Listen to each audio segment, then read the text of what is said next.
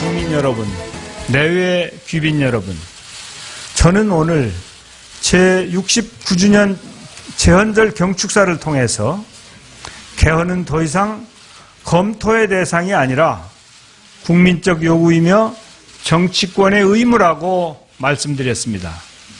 또한 개헌 추진의 3대 원칙도 밝혔습니다. 국민에 의한 개헌, 미래를 향한 개헌, 열린 개헌이 그것입니다. 역사를 돌이켜보면 권력의 요구에 의한 개헌은 모두 실패했습니다. 4.4 개헌과 유신 개헌이 대표적인 사례입니다. 그런 점에서 이번 개헌은 권력이나 특정 정파가 주도하는 개헌이 아니라 국민이 주도하고 국민에 의해 만들어지는 상향식 개헌이 되어야 합니다. 개헌의 기준과 주체는 국민이며 그 목표는 국민 통합과 새로운 대한민국이라고 말씀드렸던 이유입니다. 개헌에 대한 국민의 의견을 모으고 에너지를 결집시키는 일은 국민의 대표기관인 국회의 역할입니다.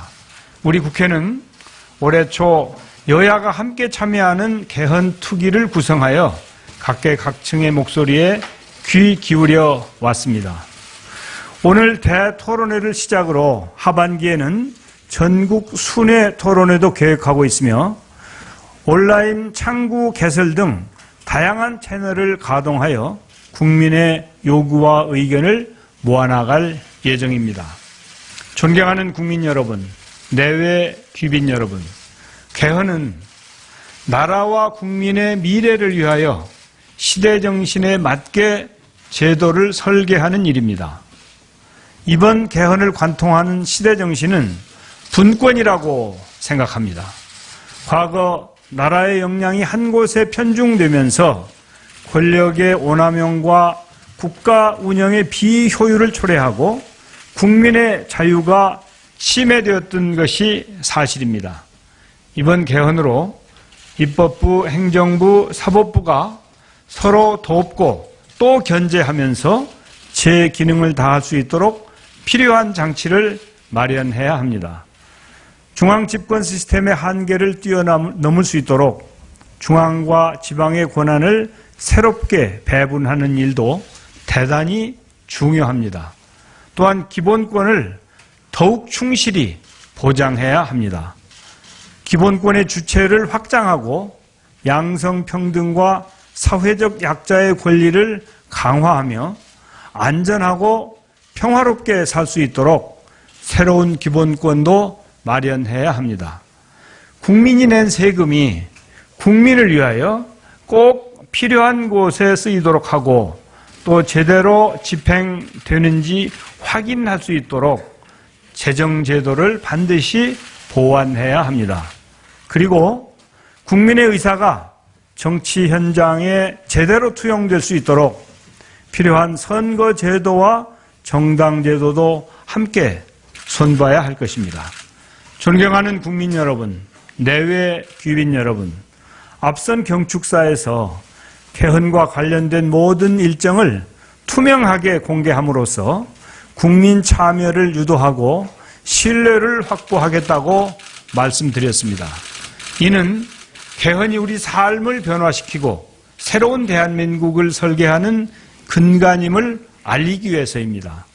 내년 지방선거와 함께 개헌 국민투표를 실시하자는 공감대가 그 어느 때보다 확실하게 형성되고 있습니다. 이러한 시간표를 고려할 때 개헌특위 활동이 종료되는 올 연말까지 여야 합의로 개헌안이 도출될 수 있기를 기대합니다. 함께하신 개헌특위 위원님들께 당부드립니다. 오늘 대토론회를 계기로 남은 반년 동안 국민 여러분의 의견을 폭넓게 수렴하고 수기와 연구를 거듭하여 개헌안을 만들어 주십시오. 다양한 의견을 모아 단일한 개헌안을 만드는 것은 결코 쉬운 일이 아닐 것입니다.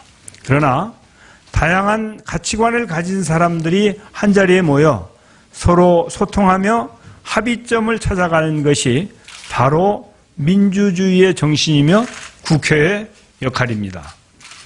힘들더라도 이러한 과정을 거침으로써 개헌안에 국민들의 다양한 생각을 담을 수 있고 새로운 헌법이 더욱 힘을 얻을 수 있습니다.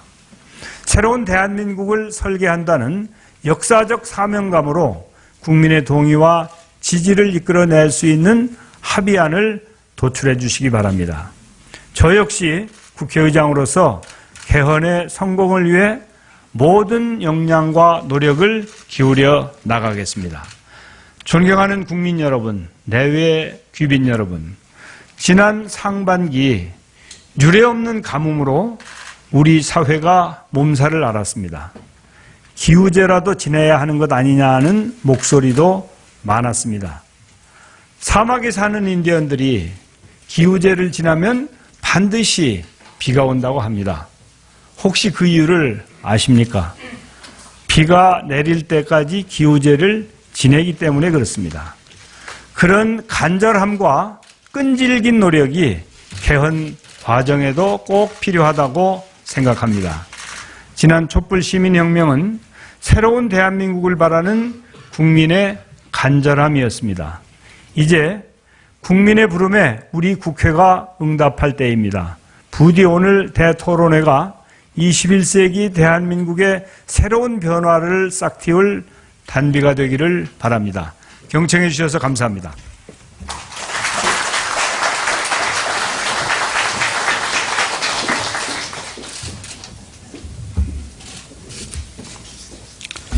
네, 의장님의 기조연설 말씀 잘 들었습니다.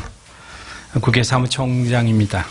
그동안 국회에서 진행된 개헌 논의의 배경과 경과를 간략하게 보고 드리겠습니다. 국회는 지난 2008년과 2014년 국회의장 직속으로 자문위원회를 구성하여 두 차례 보고서를 작성한 바 있습니다. 2008년에는 1년여에 걸친 연구 끝에 개헌의 필요성과 개헌의 기본적인 방향을 밝혔으며 2014년에는 구체적인 헌법 개정안을 조문 형태로 제시하였습니다. 또한 시민단체를 포함한 각계각층에서도 개헌의 필요성과 시급성을 인식하고 다양한 의견을 밝힌 바 있습니다. 대표적으로 대화문화아카데미, 나라 살리는 헌법 개정, 국민주권회의, 지방분권, 국민행동과 같은 단체는 분권을 지향하는 개헌안을 내놓기도 하였습니다. 제20대 국회는 이러한 시대적 요청에 따라 개헌을 추진해 오고 있습니다. 정세균 국회의장님은 취임 일성으로 새로운 시대 정신을 담아내는 개헌의 필요성을 강조하셨습니다. 이에 올해 초 국민의 다양한 의견과 여론을 폭넓게 수렴하고 이를 바탕으로 헌법 개정안을 마련하고자 여야원 36명으로 헌법 개정 특별위원회를 구성하였습니다. 특위는 지금까지 14번의 전체 회의와 11차례의 소위원회를 열어 심도 있는 논의를 진행하였습니다. 공청회를 2차례 개최하여 전문가 의견을 구하고 24개 시민단체로부터 개헌에 관한 목소리를 들었으며 여러 헌법기관과 대선 후보의 의견도 청취하였습니다. 올 하반기에는 국민 의견을 널리 수렴하기 위하여 11차례의 지역별 국민 대토론회를 비롯하여 원탁토론 등 다양한 방식으로 국민과 함께하는 개헌을 계획하고 있습니다. 한편 각계 전문가 53명이 모인 자문위원회를 개헌특위 소속으로 구성하여 80여 차례에 이르는 회의를 개최하면서 다양한 견해를 수렴해 왔습니다. 이와 같은 활동을 통해서 지난 반여 년 동안 개헌특위에서 논의된 현황을 주요 사항별로 간략히 소개해 드리겠습니다. 먼저 기본권 보장의 강화입니다. 사회 변화를 반영하여 안전권, 정보기본권 등과 같은 새로운 권리를 신설하고 기본권의 성격에 따라서 기본권 주체를 국민에서 사람으로 확대하는 데 의견을 모으고 있습니다. 두 번째로 권력 구조와 관련하여 대통령 한 사람에게 집중된 권한을 나누고 국회의 책임과 기능을 강화하여 권력 분립을 확고히 해야 한다는 데 공감하였습니다. 또한 예산에 대한 국회의 통제를 강화함으로써 투명성을 제고하고 재정민주주의를 확립해야 한다는 원칙도 세워가고 있습니다. 세 번째, 지방분권과 관련하여 지방자치가 제대로 이루어질 수 있도록 자치입법권과 자치재정권을 확보해야 한다는 데에도 원칙적으로 공감하였습니다. 마지막으로 권력 집중을 근본적으로 방지하고 분권을 확립하기 위해서는 개헌과 함께 선거 및 정당 제도를 바꿔야 한다는 점에도 상당 부분 공감대가 형성되었습니다. 이를 위하여 지난 6월 27일 본회의에서 정치개혁특별위원회가 구성되어 개헌특위와 나란히 활동하게 되었습니다. 지금까지 그동안 헌법 개정과 관련하여 논의된 내용을 간략하게 보고드렸습니다. 국회 사무처도 개헌특위가 구성되기 전부터 그동안 논의되었던 내용을 책으로 묶어 개헌특위 위원들과 국회의원들께 사전에 배포하는 등 개헌특위 활동 지원의 모든 역량을 집중하고 있습니다. 앞으로도 국민이 공감하고 모두가 행복한 개헌을 이루어낼 수 있도록 최선의 지원을 다하겠습니다. 경청해 주셔서 고맙습니다. 그러면 지금부터 토론을 진행토록 하겠습니다. 오늘 토론 주제는 새로운 개헌의 과제입니다. 먼저 김원기 전 국회의장님, 김형호 전 국회의장님, 이강국 전 헌법재판소장님, 이홍구 전 국무총리님 네 분께서 간략한 지정 토론을 하시고 이어서 박관용 전 국회의장님, 임채정 전 국회의장님, 정의화 전 국회의장님 세 분의 종합 토론이 이어진 후에 정세균 국회의장님의 마무리 말씀이 있겠습니다. 그러면 먼저 김원기 전 의장님께서 토론해 주시겠습니다. 김원기 의장님께서는 제17대 국회 전반기 국회의장을 역임하셨고 현재 국회 개헌특위 자문위원회 공동위원장이십니다. 토론 시간은 5분입니다.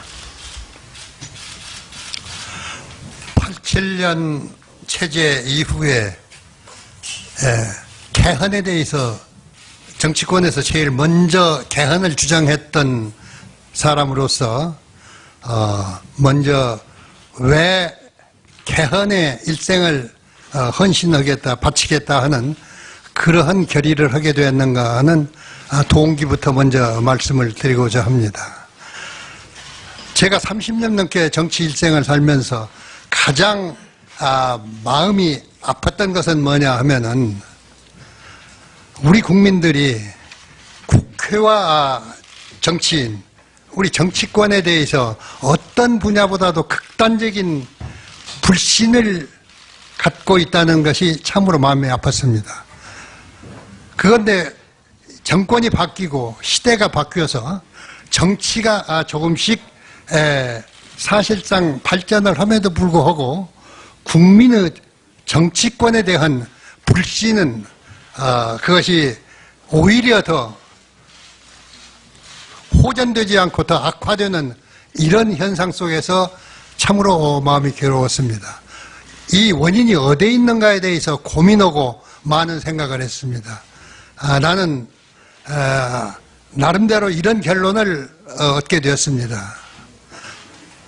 우리 정치가 개선은 상당 수준 되고 있지만은 모든 권력이 대통령 한 사람에게 집중되어 있는 소위 제왕적 대통령제, 이것 때문에